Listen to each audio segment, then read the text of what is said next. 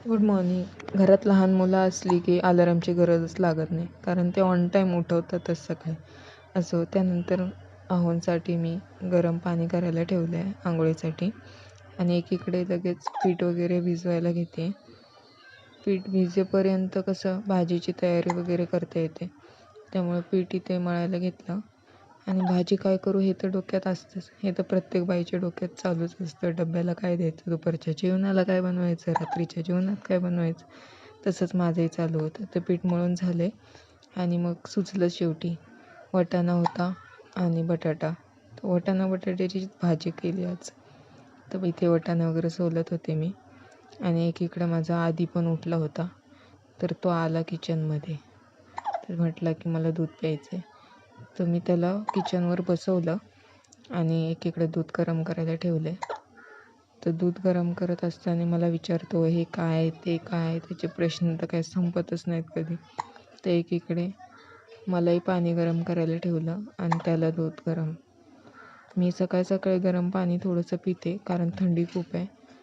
आणि त्याला पण दूध वगैरे देते सकाळी. दूध पिलं तर थोडा वेळ तो कसा शांत राहतो. भूक लागते त्याला पण उठल्या उठल्या सकाळी.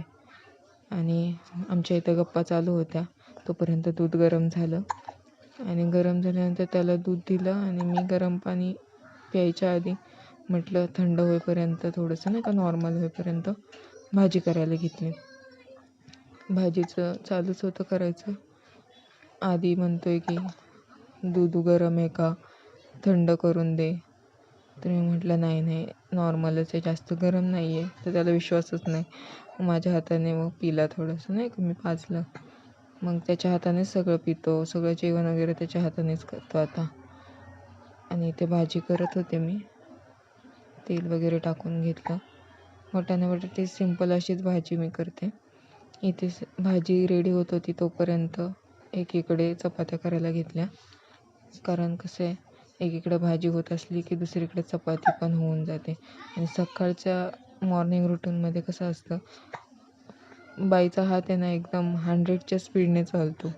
कारण इथे मी चपात्या करत होते आणि एकीकडे माझे मिस्टर पण जेवत होते, नाश्ता करत होते. त्यांना चपाती आणि भाजी दिली होती मी. तर त्यांना पण मध्ये मध्ये चपाती देणं चाललं होतं.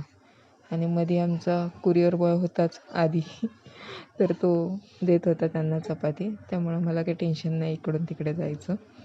तरी ते चपात्या पटापट करून घेतल्या, कारण टिफिन द्यायचा होता. काल तर नव्हता दिला टिफिन, पण म्हटलं नाही का रोज रोज नको.